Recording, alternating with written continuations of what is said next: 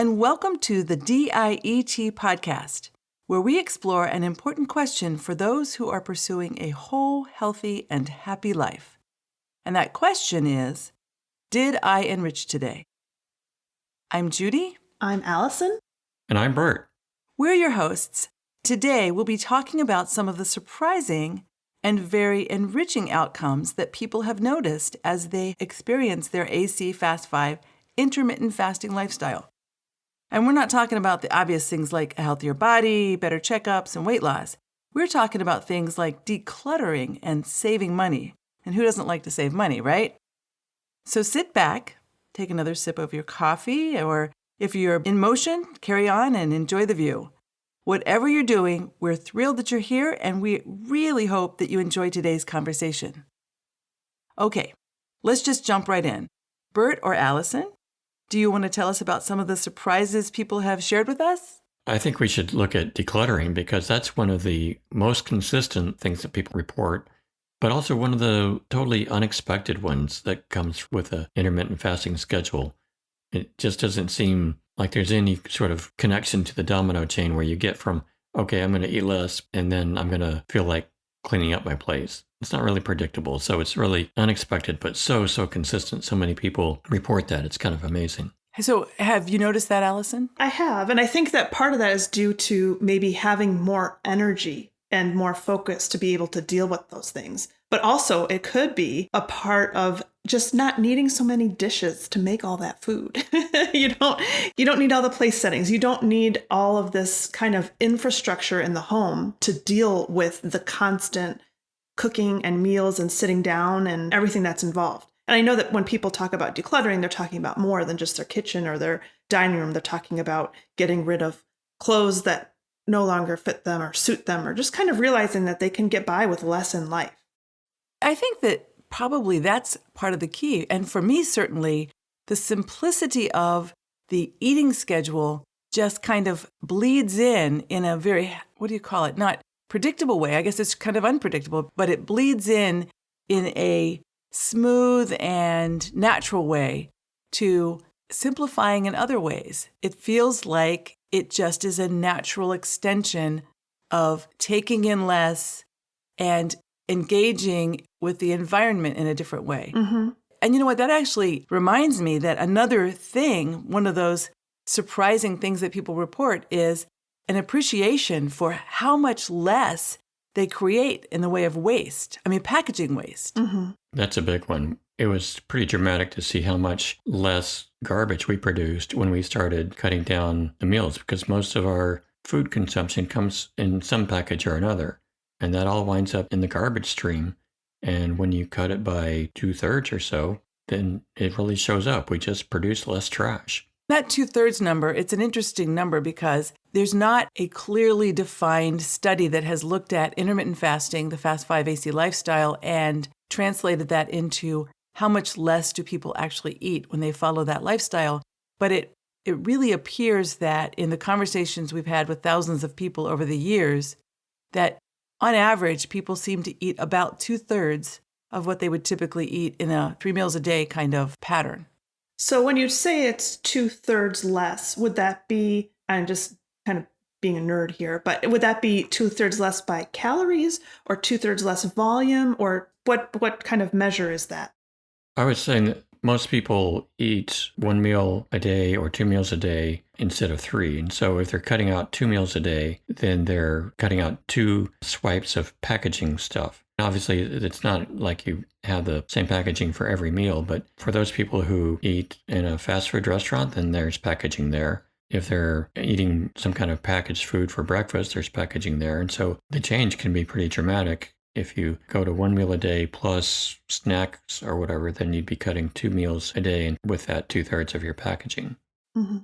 Now, that's the packaging difference, but my impression has been that people eat about 2/3 of what they would typically eat. They only really cut their food intake by volume or calories or their impression. I didn't ask anybody, are you talking calories or volume? And really just got an overall impression that they tended to take in about 1/3 less than they would with that 3 meals a day pattern. But the packaging, like you say, because we discreetly portion our meals in the typical 3 meals a day pattern into this package of meals, that package of meals, another package of meals, that the packaging savings or decrease is probably higher than the food decrease, the consumption decrease. Right. And one of the changes that we notice and a lot of people have reported is a shift in the appetite towards healthier choices, which often means dropping packaging and going with fresh foods instead. And I think that's where a lot of the packaging drop comes from, just going with fresh choices instead. Yeah, people report all the time that their tendency is to eat less processed, more healthy foods. And I think it's not surprising if you think about it. When you're going to have all of your meal content within 5 consecutive hours, then that time, you really want that to be an experience that's worth taking the time for and investing in. Right. And because you've saved time on the other meals, you can afford to invest a little more time and money on making something that you really like and you know it's good for you. And I know for me, when I have been fasting, in the beginning, I would try just to cram anything that I wanted into that one meal. But I quickly realized when you're only doing it once a day, you realize how that food really makes you feel. And so having unhealthy foods or sweets and candy and cupcakes with lots of frosting, it made me feel so horrible that I didn't want to do that the next day. And also waking up the next morning after I've had an evening where I just feasted on things that I thought I really would want. Oh, it just felt so horrible. So you really learn very quickly the effect that food has on you. It's really put into focus. Yeah, and when you say you felt horrible, did your body feel horrible or do you just felt badly about it? Both, actually. In the morning, I would feel bloated and I would wake up immediately thinking that I was hungry. I don't know about scientific reasons of why other than an insulin drop, but I would feel so hungry in the morning immediately. And then also just the mental thought of, why did I do that? Why did I do that to myself? There's no reason that I needed to indulge in that way because the effect of it was negative. Yeah, that's interesting. Let's touch back on the schedule. We're talking about eating one meal a day, and this goes back to our last podcast where we were talking about what is intermittent fasting. Intermittent fasting schedule is the schedule that works for you, and we're not saying that there has to be a specific 1 meal a day or 2 meals a day. It's whatever's working for you. And so just because we're talking about one meal, we're talking about our experience and not saying that that's the way it has to be done. Right. And the other thing that you said at the last podcast was that metric for what is working is when you achieve appetite correction. Right. So we've been talking about time savings and money savings, and that brings to mind the survey we did in 2016. We asked over 300 people to complete a survey, and one of the questions was, how much money and how much time do you save or does it cost you in a week when you are living an appetite correction fast 5 lifestyle?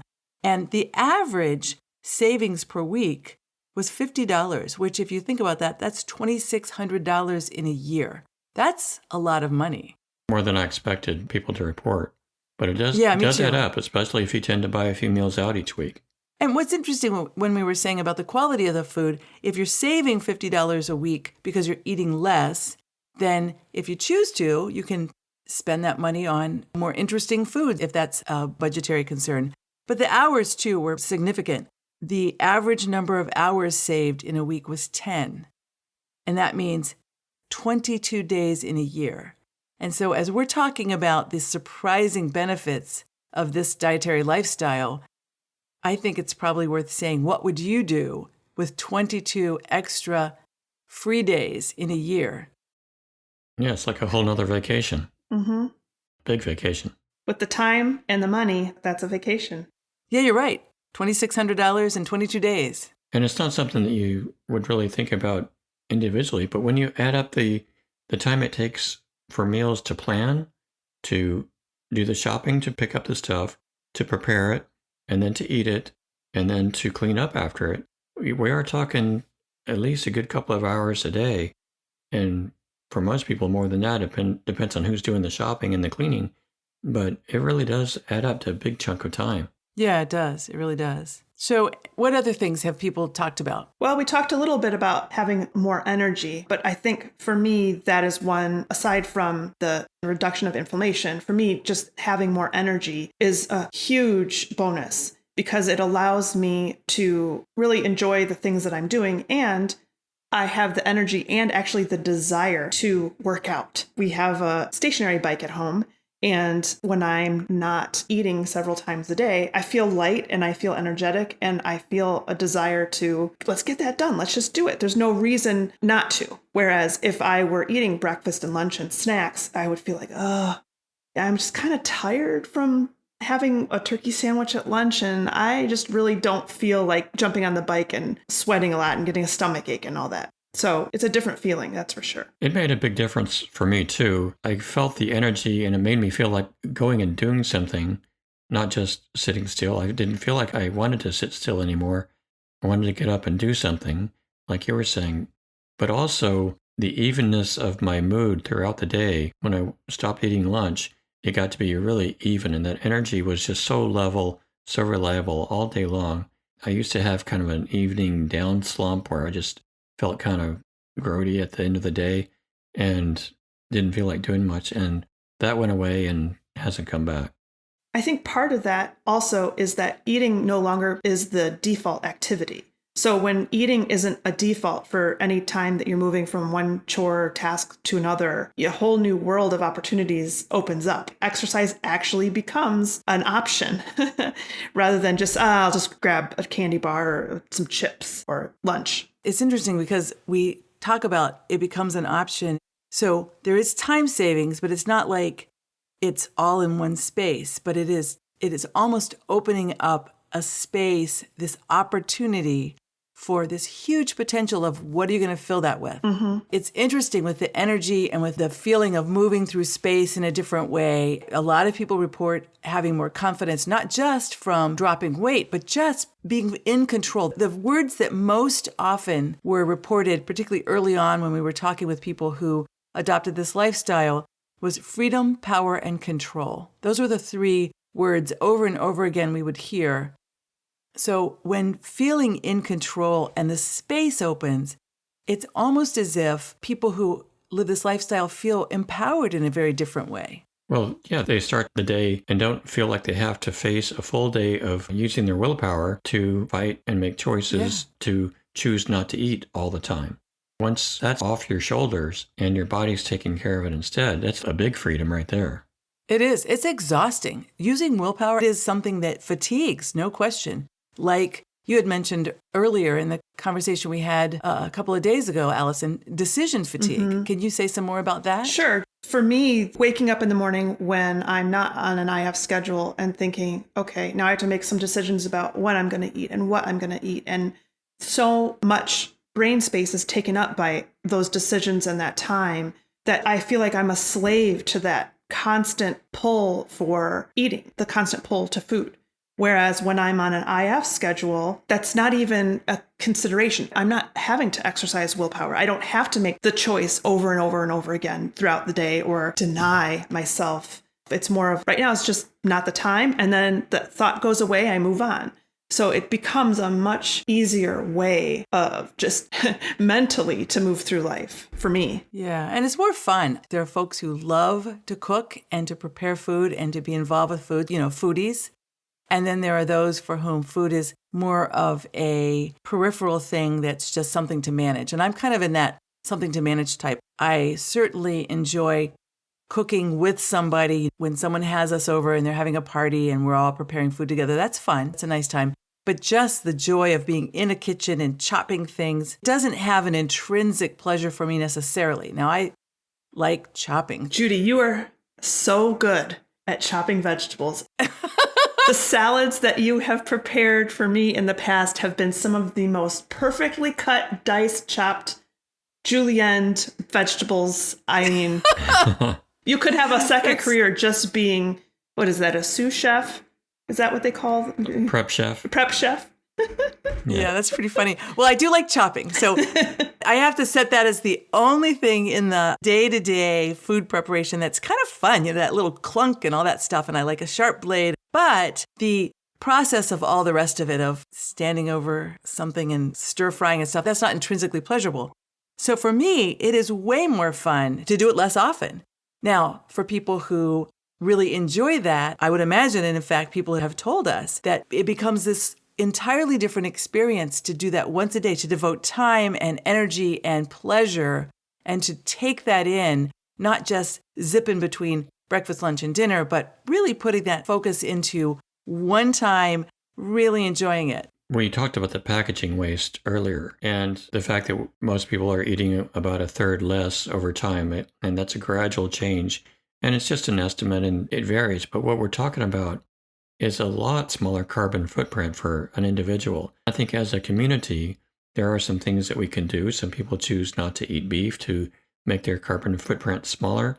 Intermittent fasting is one thing that people can do to make their carbon footprint smaller.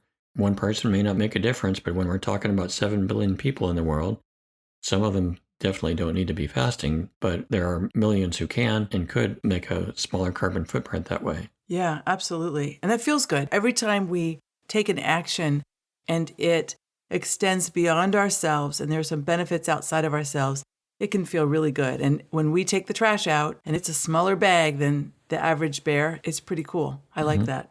These changes don't necessarily happen right away. Some of them do. Saving money, saving time, those happen right away. And there are lots of things that happen immediately. But things like the mood, I was going to ask you earlier, Bert, when you said the evening slump that went away, was that something that was quick? You noticed it right away, or that was over time? No, it was over time. It probably took me a while to notice because it was kind of a subtle change, but I think it was probably over the course of 6 weeks or so that I kind of looked back and thought, wow, I haven't felt like that in a long time. And there are other changes that we've talked about that may take months to appear. Some can show up quite quickly. Like there was recently a Facebook post that mentioned she felt like her skin was glowing. And that's also a frequent comment. Skin tends to clear up and look healthier. And she hadn't seen weight loss yet. She'd been doing Fast 5 schedule for about a month. And those changes were encouraging enough for me to say, it sounds like this is working for you. It just hasn't kicked in the timeline that it does for most people. So I encouraged her to keep going and give it more time. But that is such a typical response, that skin improvement, that I think it is an indicator that it is working for her. And it will, and she just needs more time to let it do its thing. One of the things that people report that one could consider a negative outcome of the AC Fast 5 lifestyle is the need to buy a new wardrobe. But we have packaged that in the broad category, non-scale victories. Among the non-scale victories that people report is they have to buy some new clothes. And as we often say, or as they often tell us, it's a great problem to have. And they have the opportunity to buy clothes in another section of the store. This is not a surprising outcome, but for people who embark upon this lifestyle and have been disappointed time and time and time again by other endeavors they've undertaken to lose weight, they are surprised. And it is so, so rewarding to hear the exhilaration that people express when they start to see that it's working. Yes. In our conversations with people who've had to deal with a lot of excess weight, we know how troubling that can be and how uncomfortable it can be just to eat in public when you got a lot of surplus fat. And so for that to start to go away, both the fat and the feeling, it makes the person lighter in many ways. Mentally is just a very big part of that. It is. We talked the last time about the walk that I took with Gary Long. He described to me the public experience of being overweight. He said it was demoralizing at times, the way that people interacted with him. One of the benefits that he expressed was how comforting it was and peaceful it was to just be out among people and not have this sense that people are judging the way you are. I remember he and I went into a place where there were seats that were fixed to a table. It was a McDonald's. We were getting a soda. It was before our break fast. We were getting a Diet Coke. He asked me to take his picture. He said, "Take my picture. I'm sitting in this seat." And for him, it was, and for me, it was a beautiful moment. He didn't feel self-conscious. And that loss of self-consciousness, no matter if someone is losing 10 pounds or 100 pounds, We all experience our bodies in different ways, but self-consciousness, I think it starts in adolescence or probably even before that. We become very aware of the world's interaction with our space and our body. And it's wonderful when we hear people who live the AC Fast 5 intermittent fasting lifestyle say, I'm beginning to feel way confident just moving around and being who I am. Being worried about the way that you perceive people are judging you and thinking about you is such a heavy burden to carry, aside from actual weight that you're carrying around. Mm-hmm. That's a lot to think about and to constantly worry about. So that's really neat. Yeah, it is. In the U.S. culture, there is this chaotic and gruesome relationship that we have with body image and the media management of body. I mean, there's effort underway to create safe spaces, a more comfortable, welcoming space for everybody of every shape and every size. But that is an aspiration that we haven't gotten right as a culture. And so I do love hearing when people, and myself, the times when I have been less self-conscious, it feels really good. Mm-hmm. Well, that's one of the reasons I love our AC Fast 5 community is that it is a safe space for everybody. It doesn't matter where you're from, how big or small you are, what your experience has been, or what your fasting hours are. Everyone is so supportive of one another's journey throughout life. That's really true. We hear that time and time and time again, and it's gratifying because the community is so responsive and so warm and so helpful. There are lots of questions that come up. We call them the evergreens. They come up again and again. And the patience with which the longtime veterans of the lifestyle share their experience and gently and lovingly answer questions is just remarkable to me. I really like that. Well, while we're on this topic, and this was not planned, but I will do a plug for Dr. Bert's AC Fast 5 community on Facebook. We're nearly 10,000 strong right now. If you just do a search for Dr. Bert's Fast 5 AC group, you'll find it on Facebook. It's a private group, and just ask for permission to join and come on in. Yeah, absolutely. And if you have any trouble accessing the kinds of resources that we provide for our community and for those who'd like to be a part of the community, there's a place to leave a comment and engage at bertherring.com. So ask a question, we'll answer a question. We love questions. Allison, you mentioned reduced inflammation.